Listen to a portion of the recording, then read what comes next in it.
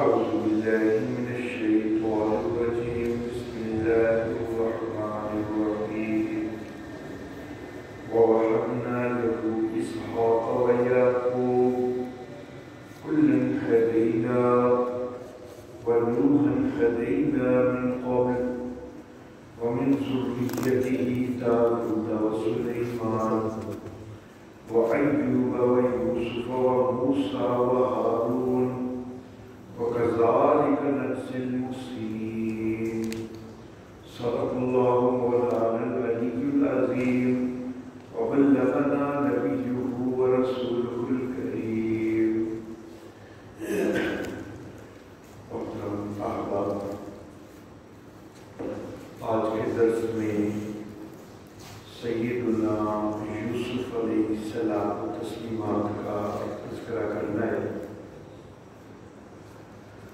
آپ کے والد محترم سیدنا یعقوب علیہ السلام تسلیمات نبی اللہ کے نبی ہیں۔ آپ کے دادا سیدنا اسحاق علیہ السلام تسلیمات بھی اللہ کے نبی ہیں، اور آپ کے پردادا سیدنا ابراہیم علیہ السلام تسلیمات بھی اللہ کے نبی ہیں۔ آپ کی والدہ کا نام راحل ہے، راحل بنت لابن۔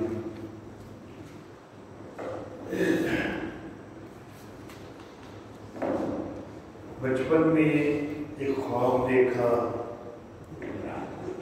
کہ 11 ستارے ہیں، سورج ہے، چاند ہے، جو سب مجھ کو سجدہ کر رہے ہیں۔ اپنے والد محترم حضرت یعقوب علیہ السلام تسلیمات کو خواب سنایا۔ حضرت یعقوب علیہ السلام تسلیمات آپ نے ہدایت کی کہ یہ خواب اپنے بھائیوں کو نہ بتانا۔ سیدنا یوسف علیہ السلام تسلیمات ان کے 11 بھائی تھے اور ایک بہن تھی۔ حضرت یعقوب علیہ السلام تسلیمات کی 4 شادیاں ہوئی تھیں۔ ایک بیوی لیا،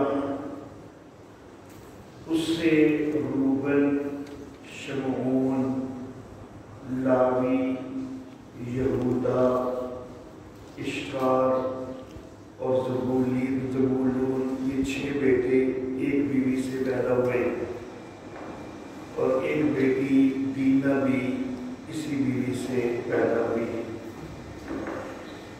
دوسری بیوی بلہا، اس سے دان اور نفتالی 2 بیٹے پیدا ہوئے۔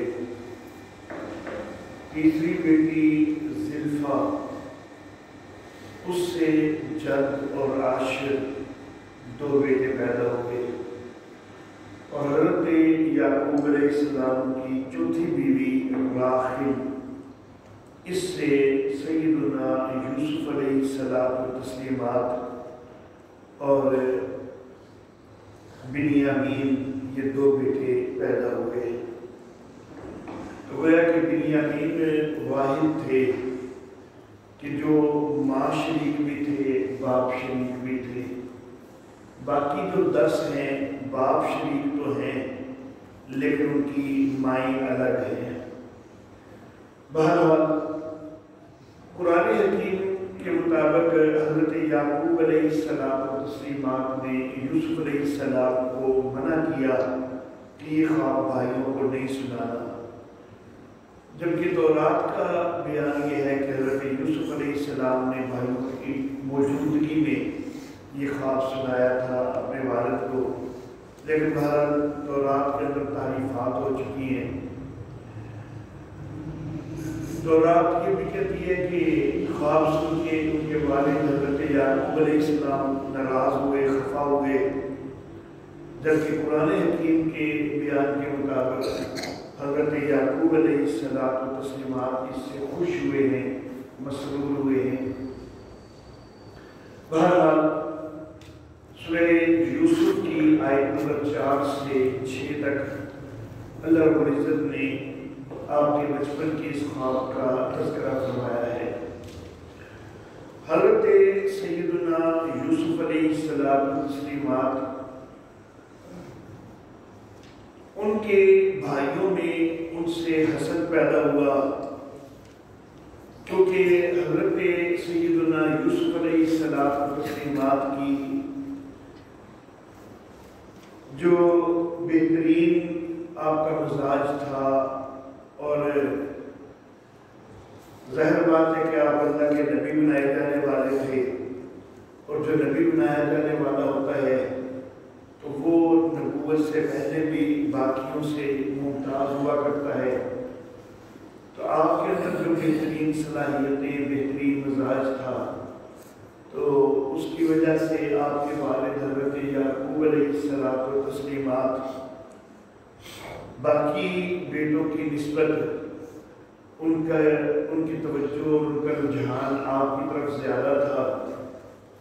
تو بھائیوں کے اندر حسد پیدا ہوا، انہوں نے مشاورت کی کہ یوسف علیہ السلام اس وقت ابھی بچے ہیں، ابھی نبی نہیں بنائے گئے، تو ان کو قتل کر دیا جائے، یہ بھی مشورہ ہوا۔ لیکن پھر ایک بھائی نے کہا کہ نہیں، قتل نہ کرو، لیکن کسی کنویں کے اندر ڈال دو، کوئی نہ کوئی قافلہ وغیرہ وہاں سے نکال کے لے جائے گا۔ چنانچہ ایک کنویں کے اندر ڈالنے کا فیصلہ ہوا۔ سورہ یوسف کی آیت نمبر 8 سے 10 تک اس کا تذکرہ موجود ہے۔ پھر یہ فیصلہ کرنے کے بعد اپنے والد کے پاس آ گئے، حضرت یعقوب علیہ السلام کے پاس اجازت طلب کی کہ یوسف علیہ السلام کو اب اپنے ساتھ لے کے جانا چاہتے ہیں۔ حضرت یعقوب علیہ السلام کو تسلیمات خدشے کا اظہار کرتے ہیں کہ تم لاپرواہی کرو گے، ہو سکتا ہے اس کو کوئی بھیڑیا وغیرہ کھا جائے، تم ادھر ادھر ہو جاؤ۔ انہوں نے یقین دہانی کرائی کہ ہم اس کی خوب حفاظت کریں گے۔ سورہ یوسف کی آیت نمبر 11 سے 14 تک اس کا تذکرہ موجود ہے۔ بہرحال ان کے اصرار پہ سیدنا یعقوب علیہ السلام حضرت یوسف علیہ السلام کو ساتھ جانے کی اجازت دے دیتے ہیں، اور پھر بھائیوں نے کنعان کے ایک خشک کنویں کے اندر گرا دیا۔ حضرت یوسف علیہ السلام کو کنویں میں گرانے کے بعد یہ 10 بھائی یہ روتے ہوئے اپنے والد کے پاس پہنچے، حضرت یعقوب علیہ السلام کے پاس، اور حضرت یوسف علیہ السلام کی قمیض بھی اتروا کے لے آئے ہوئے تھے، اور اس کے اوپر نقلی خون لگایا ہوا تھا۔ تو وہ لا کے اپنے والد کے سامنے پیش کیا اور کہنے لگے کہ بھیڑیا کھا گیا ہے، ہمیں پتہ نہیں چلا، ہم سامان کے پاس چھوڑ کے تو دوڑ وغیرہ لگانے چلے گئے تھے۔ حضرت یعقوب علیہ السلام جس وقت قمیض کی کیفیت دیکھی تو قمیض تو بالکل ٹھیک ٹھاک ہے، اس کے اندر کوئی پھٹنے والا کا کوئی نشان ہی کوئی نہیں ہے۔ اگر بھیڑیا کھائے بچے کو تو ظاہر بات ہے کہ پہلے قمیض بھی تو اس کی تو تار تار ہوگی، تو قمیض بالکل ٹھیک ہے، اندر سے بھیڑیا کیسے کھا گیا؟ تو حضرت یعقوب علیہ السلام سمجھ گئے کہ یہ غلط بات کر رہے ہیں، جھوٹ بول رہے ہیں، لیکن آپ نے پھر بھی صبر کیا۔ سورہ یوسف کی آیت نمبر 15 سے 18 تک اس کا تذکرہ موجود ہے۔ اب بھائیوں نے جس وقت کنویں کے اندر گرا دیا ہے تو وہاں پر ایک قافلہ آ جاتا ہے۔ تو رات کے بیان کے مطابق جلاد کی طرف سے یہ قافلہ آ رہا تھا۔ یہ اسماعیلی خاندان سے تعلق رکھتے تھے قافلہ والے، حجاز کے علاقہ سے، مدین کے علاقہ سے، اس لیے ان کو حجازی اور مدیانی کہا جاتا ہے۔ تو اس حجازی مدیانی اسماعیلیوں کے قافلے نے ڈول ڈالا اس کنویں کے اندر۔ کنواں تو خشک تھا، اس میں پانی تو تھا کوئی نہیں، لیکن یوسف علیہ السلام کو تسلیمات اس ڈول کے اندر بیٹھ گئے۔ تو انہوں نے جب ڈول نکالا تو دیکھا کہ ایک بچہ بیٹھا ہوا ہے اس میں۔ تو اس طرح حضرت یوسف علیہ السلام کو تسلیمات اس قافلے والوں کو ملے۔ بھائی جو ہیں وہ چھپ کے اس چیز کا نظارہ کر رہے تھے۔ تو انہوں نے جس وقت دیکھا کہ یوسف علیہ السلام و تسلیمات کو قافلے والوں نے نکال لیا ہے، اور کہا جاتا ہے کہ 3 دن جو ہیں وہ حضرت یوسف علیہ السلام و تسلیمات اس کنویں میں رہے تھے۔ ایک بھائی جو ہے وہ آپ کے اوپر شفقت رکھتا تھا، تو وہ کوئی کھانا پینا وغیرہ اس کنویں میں ڈال دیتا تھا۔ تو بہرحال جس وقت انہوں نے دیکھا کہ قافلے والوں نے نکال لی ہے، تو یہ قافلے والوں کے پاس آ گئے اور آ کے کہنے لگے کہ یہ ہمارا غلام ہے جو ہم سے بھاگ کے کہیں چھپ گیا ہوا تھا، اب یہ آپ کو مل گیا ہے، ہم تو اس کو اپنے پاس رکھنا ہی نہیں چاہتے، یہ بھگوڑا ہے، تو آپ اگر اس کو خریدنا چاہتے ہیں تو ہم آپ کے آگے بیچنے کے لیے تیار ہیں۔ تو قافلے والوں نے کہا کہ ٹھیک ہے خرید لیتے ہیں۔ تو انہوں نے حضرت یوسف علیہ السلام کے بھائیوں سے قافلے والوں نے خرید لیا۔ سورہ یوسف کی آیت نمبر 19-20 کے اندر اس کا تذکرہ موجود ہے۔ پھر یہ قافلہ والے مصر جا رہے تھے، مصر لے گئے۔ مصر کا دارالحکومت اس وقت رامسیس تھا۔ وہاں پر ایک فوجی سالار جس کو عزیز مصر کہا جاتا ہے، فوتیفار اس کا نام تورات میں ذکر ہے۔ تو اس فوتیفار عزیز مصر کے آگے انہوں نے حضرت یوسف علیہ السلام کو تسلیمات کو بیچ دیا۔ اس نے بڑی شفقت کے ساتھ، محبت کے ساتھ بیٹا بنا کے رکھا۔ سورہ یوسف کی آیت نمبر 21 کے اندر اس کا تذکرہ موجود ہے۔ سیدنا یوسف علیہ نبینا علیہ السلام و تسلیمات انتہائی خوبصورت تھے۔ فوتیفار کے گھر میں یہ پلتے رہے، جوانی تک پہنچے۔ جس وقت یہ جوان ہو گئے ہیں تو فوتیفار کی بیوی جو ہے اس کا نام زلیخا بتایا جاتا ہے۔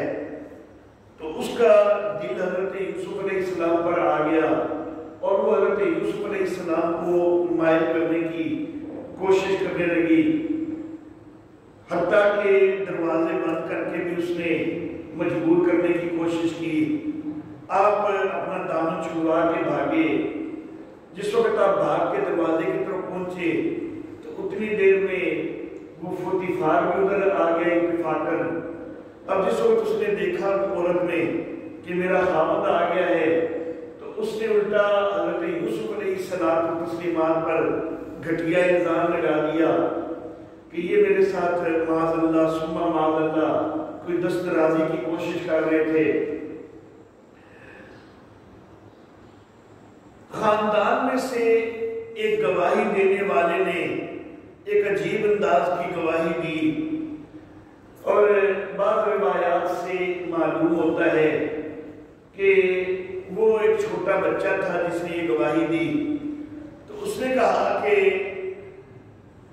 قمیض کو دیکھو، اگر قمیض جو ہے وہ آگے سے پھٹی ہوئی ہے تو پھر معلوم ہو جائے گا کہ یوسف علیہ السلام و تسلیمات معاذ اللہ اس عورت کی طرف بڑھ رہے تھے، اور عورت روکنے کے لیے قمیض کو آگے سے پکڑ رہی تھی، اور اس سے قمیض آگے کو پھٹی ہے تو پھر عورت سچی ہے۔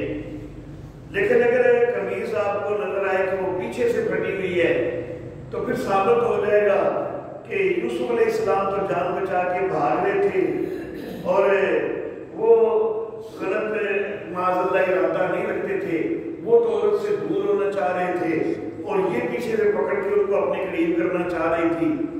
تو قمیض کو دیکھا جائے کہ وہ آگے سے پھٹی ہے تو پھر تو عورت سچی ہے، اگر قمیض پیچھے سے پھٹی ہے تو تو پھر یہ عورت جھوٹی ہے۔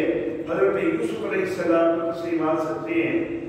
جب قمیص کو دیکھا گیا تو وہ واضح طور پر پیچھے سے پھٹی ہوئی تھی۔ معاملہ بڑا واضح ہو گیا، ثابت ہو گیا کہ غلطی اس عورت کی ہے، ناجائز وہ کر رہی تھی۔ پوتیفار بھی یہ چیز سمجھ گیا، اس نے اپنی بیوی کو ملامت کی۔ حضرت یوسف علیہ السلام و تسلیمات سے اس نے درخواست کی کہ چلو اس معاملے کو جو ہے وہ دبا دو، مزید اس کو پھیلاؤ نہیں۔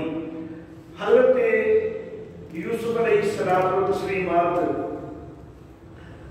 ان سے اس کی اس درخواست وغیرہ کا اور اس واقعہ کا تذکرہ سورہ یوسف کی آیت نمبر 22 سے 29 تک موجود ہے۔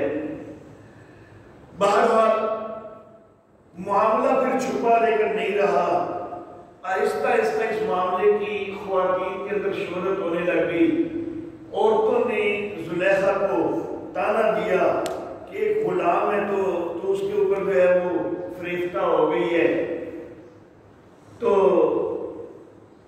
زلیخا نے فیصلہ کیا کہ میں اس غلام کا حسن ان کو دکھاتی ہوں، ان کو بھی پتا چلے کہ میں کسی معمولی کے فرد کے اوپر جو ہے وہ اس طرح فریفتہ نہیں رہی ہے۔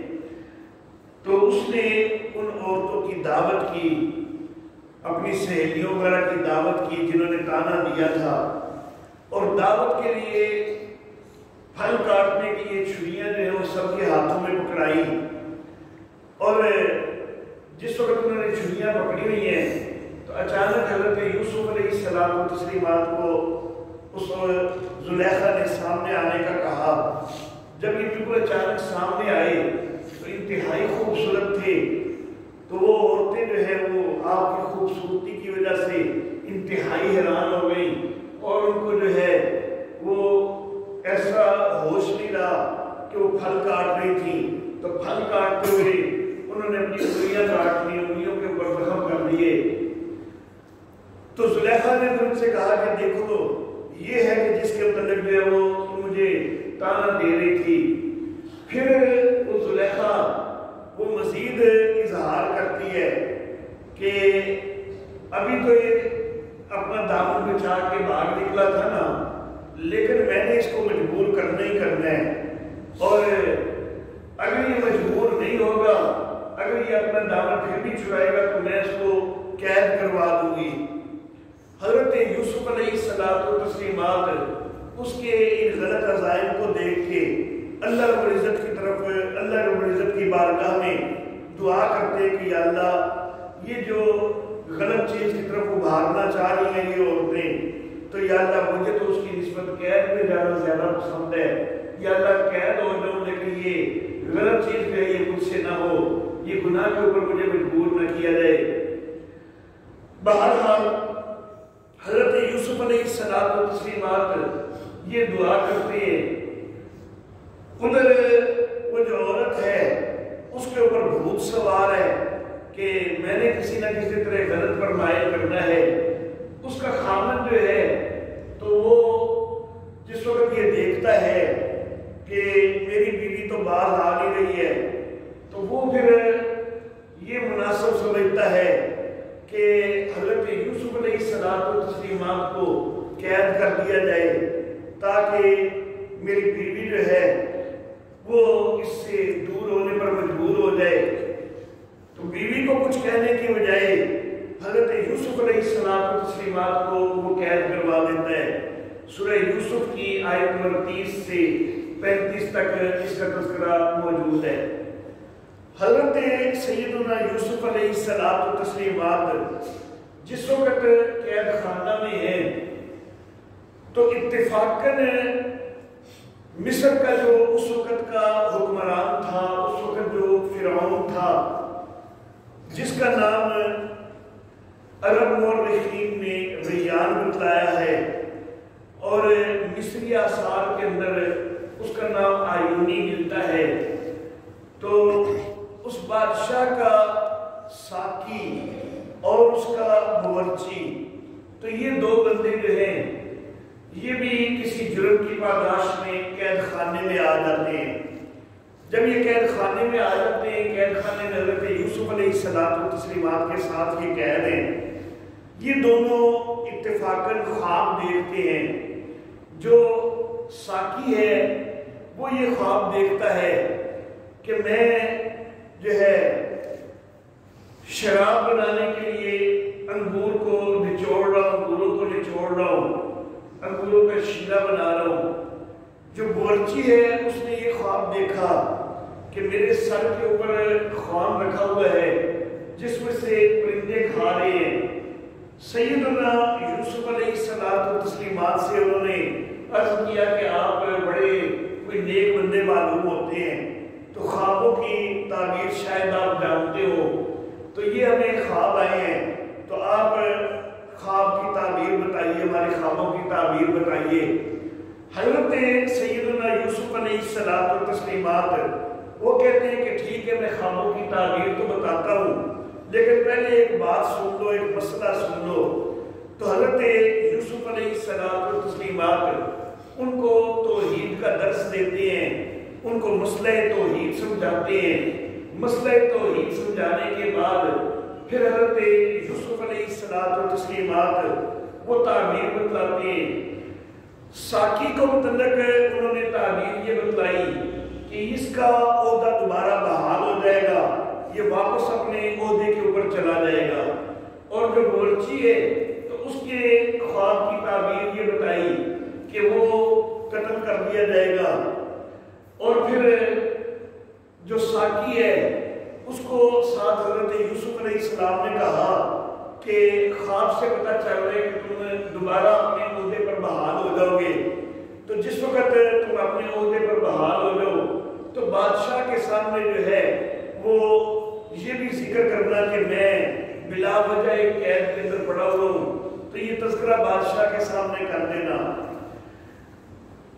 اور پھر تعبیر پوری ہو جاتی ہے، باورچی جو ہے اس کے اوپر وہ جرم ثابت ہو جاتا ہے جس کی وجہ سے اس کو قید کیا گیا تھا، اور اس کو قتل کروا دیا جاتا ہے۔